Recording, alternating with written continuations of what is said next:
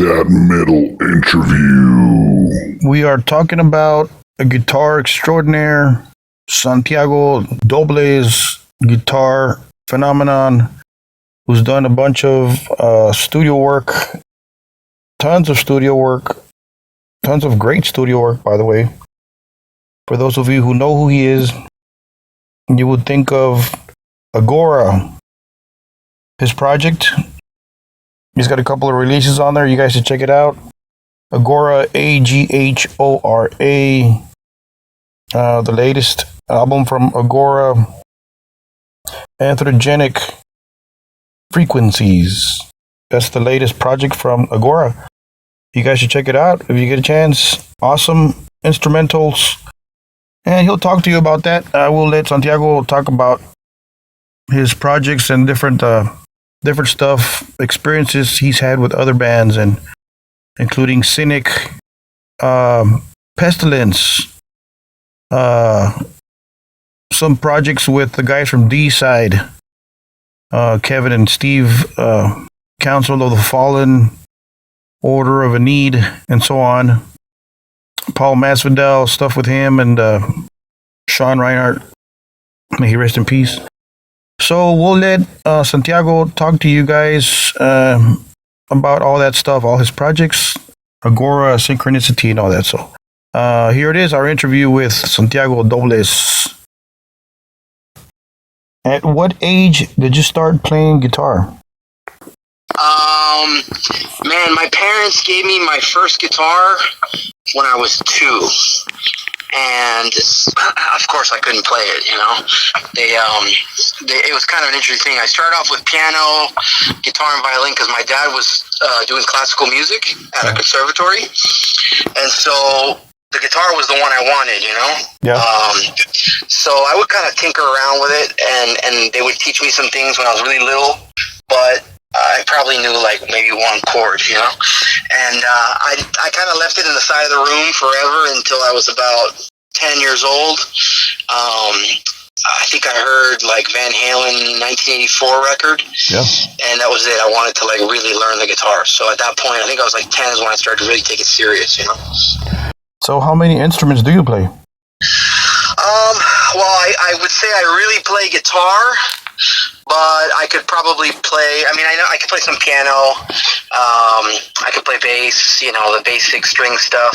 Yeah. I don't remember violin much, but I did some violin till I was about 9 years old or so. But definitely guitar and piano. I saw you recorded a couple of different instruments on your last project, Aghora. Yeah, I did electric guitar, acoustic guitar, and then I have a banjo that's a 6-string banjo, like it's tuned like just like a guitar. And then I played some keyboards. There's a couple songs I play keyboard in, and there's other songs that my father played a lot of keyboards and piano in. Your father is also a musician. How cool is that, man? Wow. Yeah, he's on another level, man. He's like, I would say he's a composer. You know, he can easily write anything on paper and notate it, and then he could have it orchestrated, and he could play like piano, guitar, violin. Actually, no, I don't think he plays violin now, but he can pretty much play most instruments. Wow, that's awesome. So it's in your blood, huh? Yeah. Yeah, for sure. And I know on my mom's side, my grandfather on my mom's side, he played piano too, and so did on my grandmother's side. There was a violinist in their family too. Wow, there you go. Definitely in the blood. That explains your talent. Thanks, brother. It's the ancestors. Right, there you go. How did you come up with the name Aghora? Can you talk about that? And what is the meaning of Aghora? Oh, okay. Let's see. I think I was like 18, and I was reading this book called Aghora, and it was about these very extreme yogis from India and the Himalayas, that they were like really extremists, you know, and they were always fasting, but they also did like it was different than what you hear about yoga. They were like into black magic also, you know? Yep. They were like similar in our culture, they were like curanderos, you know what I mean? Yeah. They were like brujos, you know? Yeah, yeah. And these guys in India supposedly were like, they could like shape reality and make things manifest and stuff. So I read the book and I was fascinated with it, and I wanted to name a band after that. And so that's kind of how it started. Oh, wow, it's interesting. Wow, cool. Yeah. It was an interesting thing, but they're pretty extreme. Like they only carried a skull, and they would eat all their food out of a skull. You know. Wow. So to me, it had kind of like a death metal feel to it. You know, Yeah. Which is funny because there's demos that we did for Aghora where we actually had brutal vocals, but we never released them that way. We never released anything brutal, but we started out that way. You know what I mean? Really? Oh, wow. Yeah.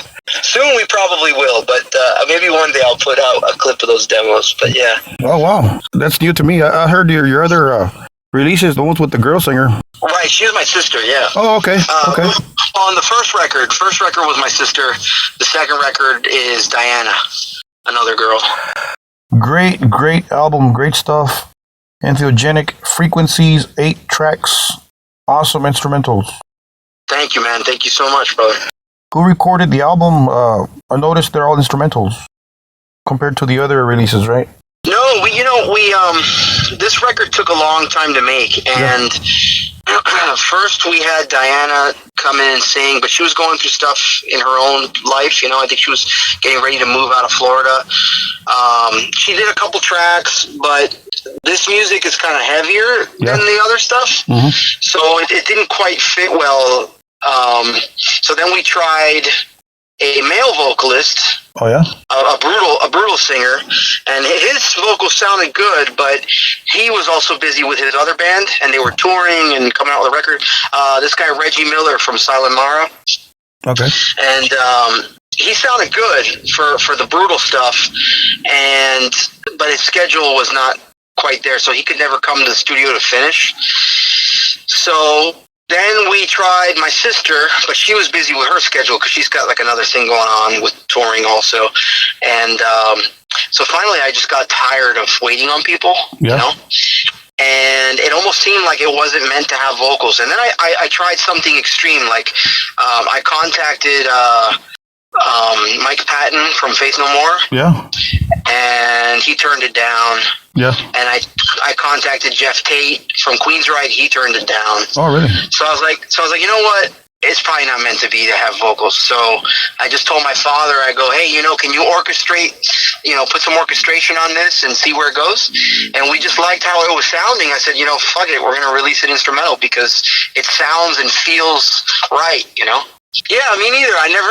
It was weird. It was kind of like that music was written all in the moment, so it was all based on the flow of it, so it just felt like the vocals never fit right, you know?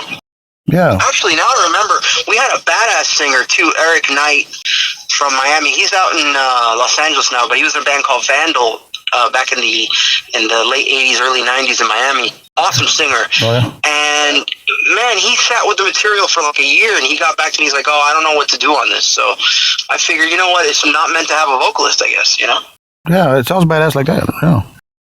I personally don't think it needs vocals, honestly. To be honest with you, now that it doesn't have vocals, it's actually easier to go on tour. Is there any plans to tour the album? Anything in the future for Aghora? I'm just kind of waiting for the right opportunity, the right promoters, you know.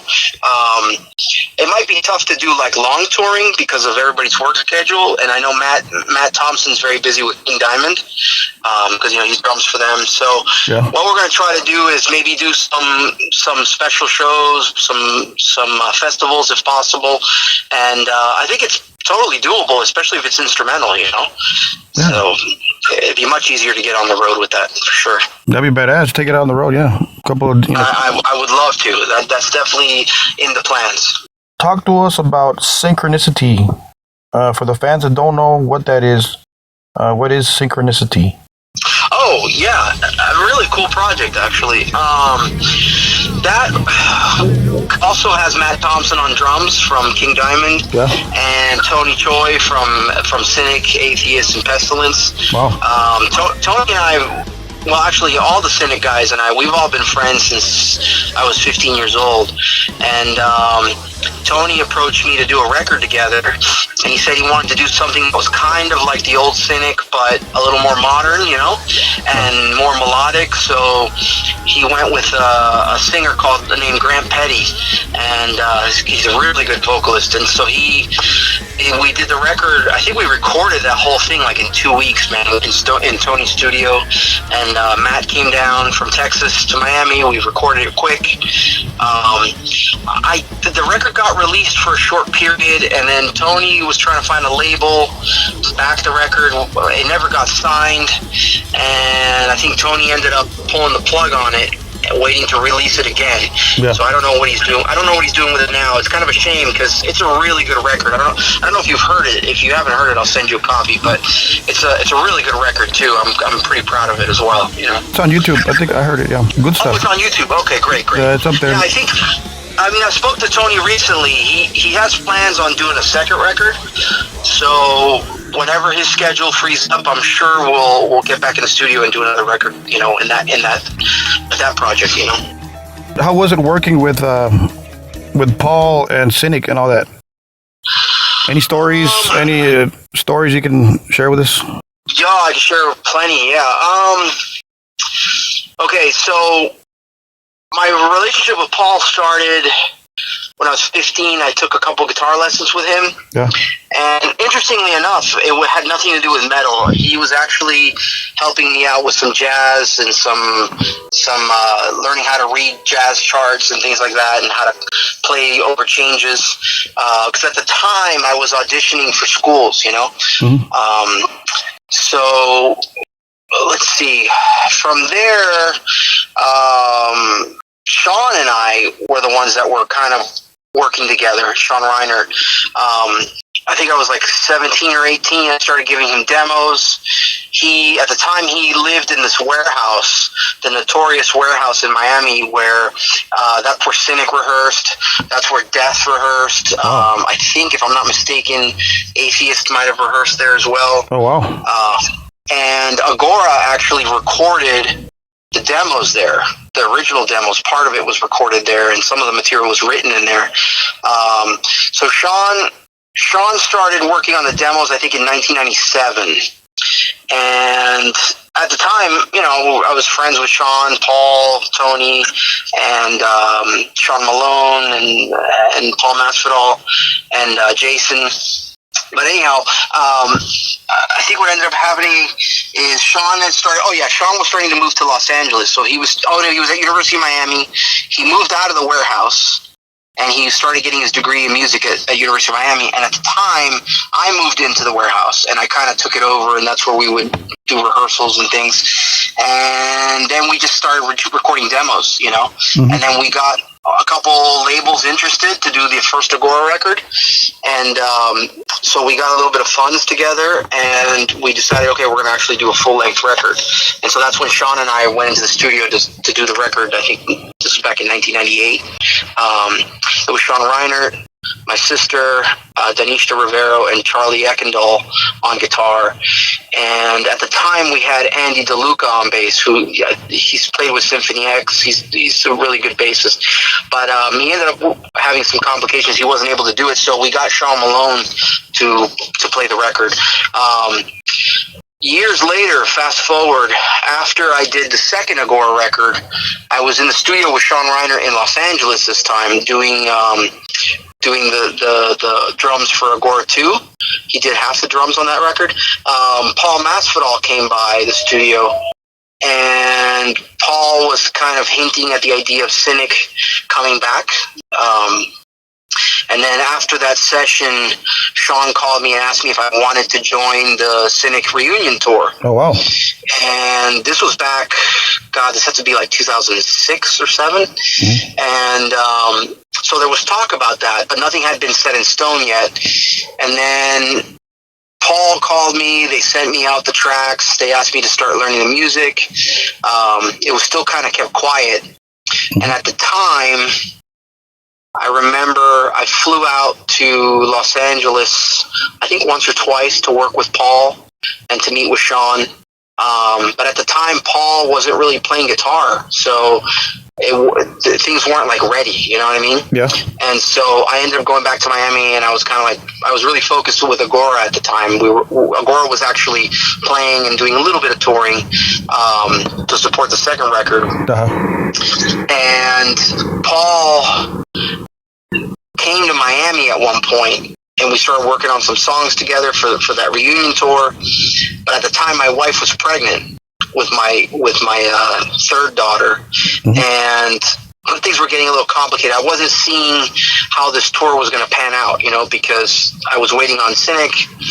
I wasn't getting a straight answer from Paul as to how that was going to go about.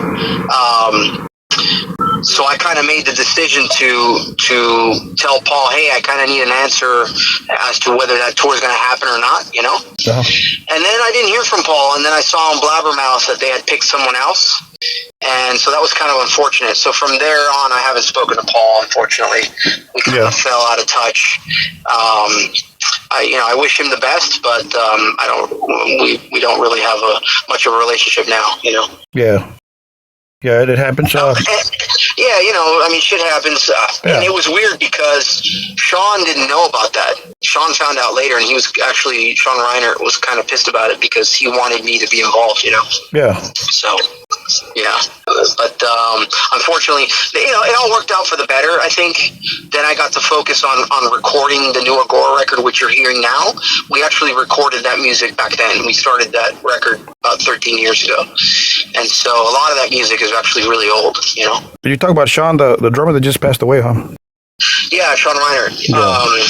Yeah, he's the one that wanted me on the reunion tour for Cynic. But then they ended up going with someone else, which is fine. They went about their way, and I kind of went my own way, and that's it. But I always stayed close with Tony Choi. We worked together on a TV program doing music for TV, and then we started Synchronicity, and that went pretty well.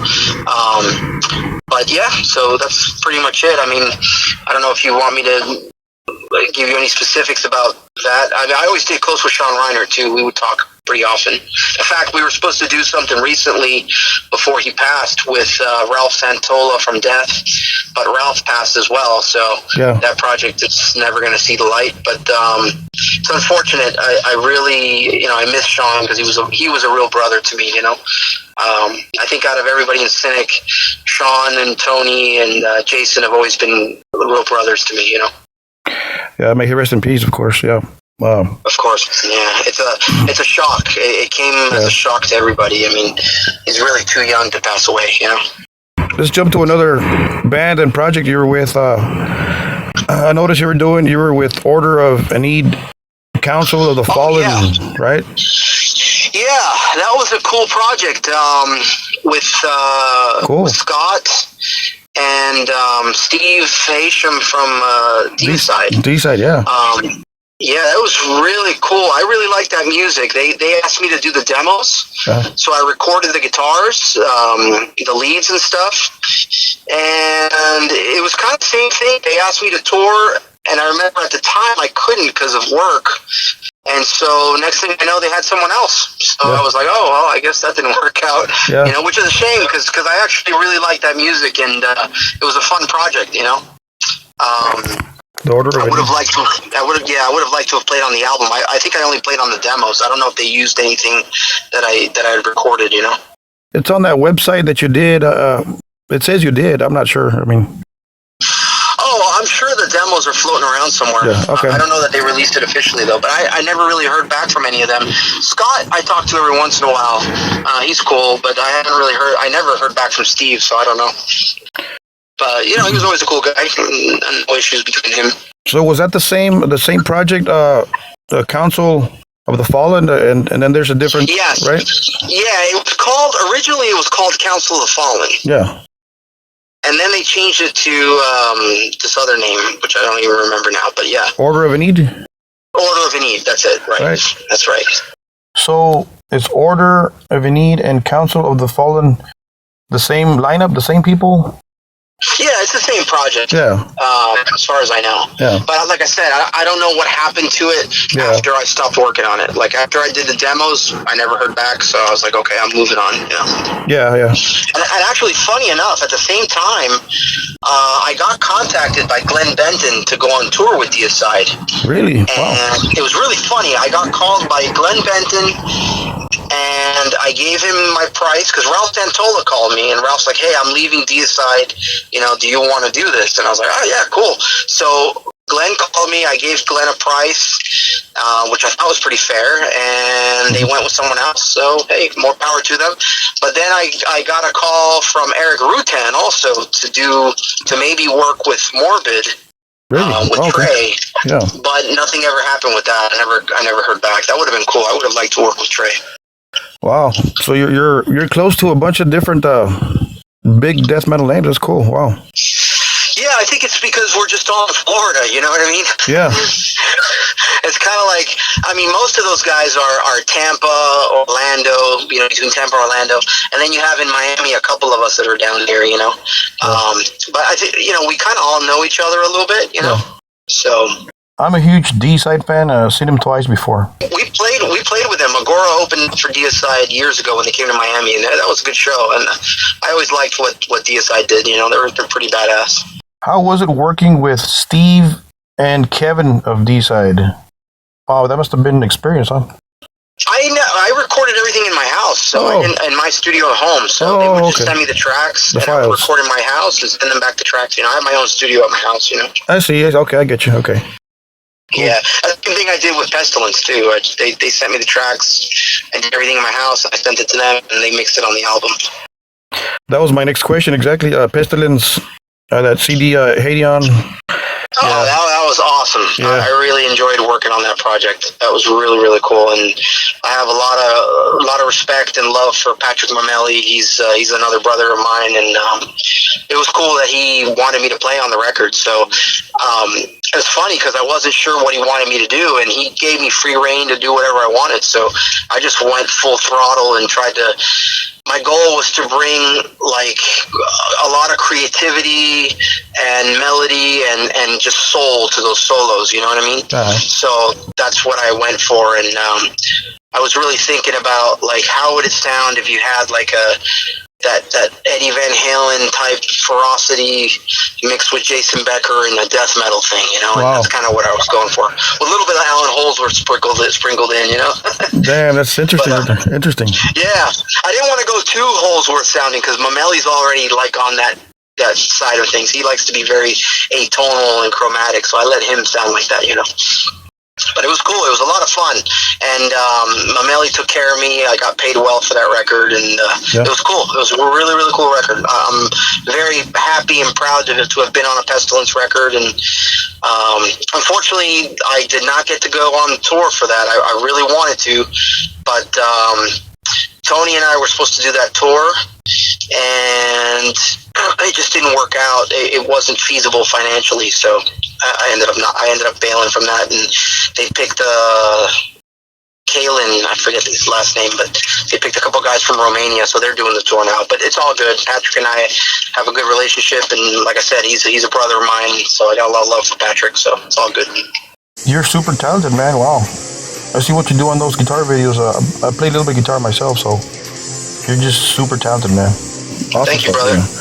Oh man, thank you. Well, I owe it to, for sure, God, the universe, whatever you want to call it, and my dad really pushed me. My dad and my mom, they were always very supportive and making sure I wasn't eating shit instead of just practicing, you know what I mean? Yeah. Like most kids, like really, I mean, honestly, my whole youth was practicing guitar. I mean, I never really got into any trouble. I was always in my room playing guitar, you know?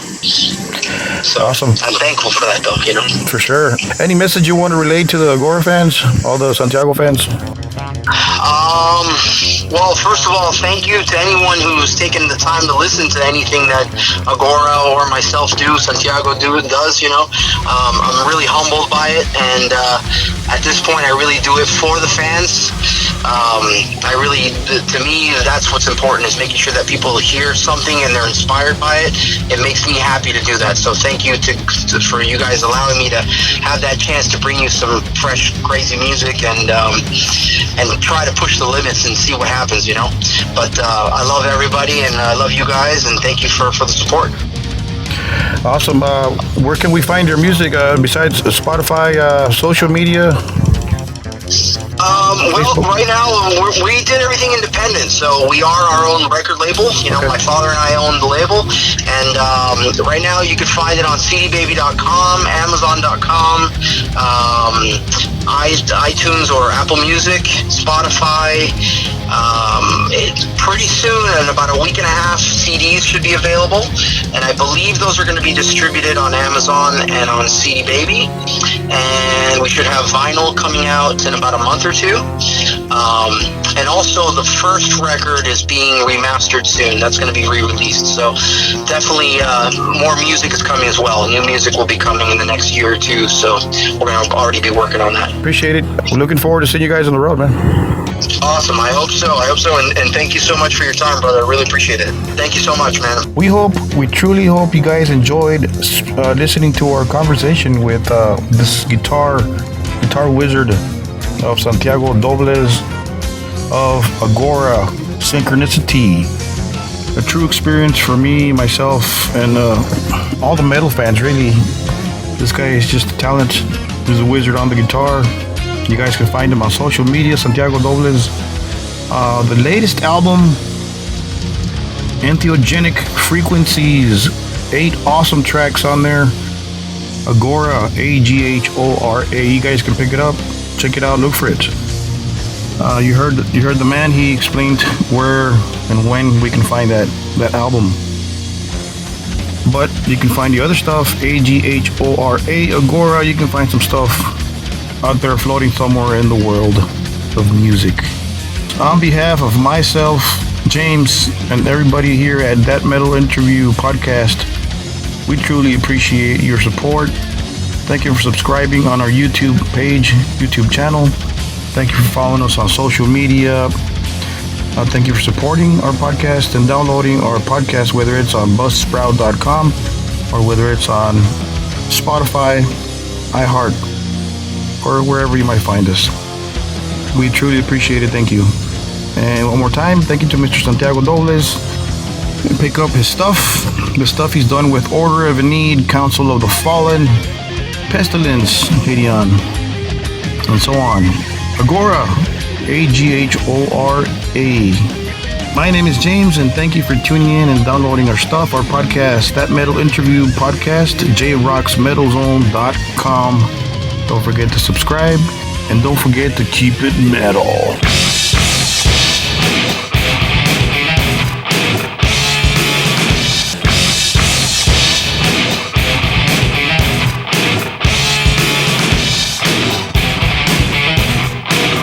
That Metal Interview.